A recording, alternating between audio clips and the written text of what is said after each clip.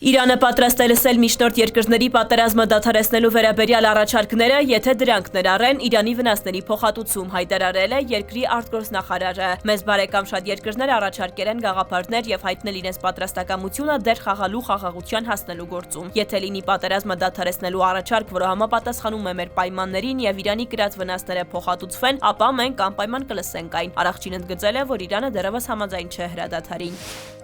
Զելենսկին հայտարարել է իրանական շահեդ դասի հարձակողական անօդաչու թռչող սարքերի խոցման եւ դրանց դեմ պայքարի ուկրաինացի մասնագետները արդեն աշխատում են Արաբական Միացյալ Էմիրություններում, Կատարում եւ Սաուդյան Արաբիայում։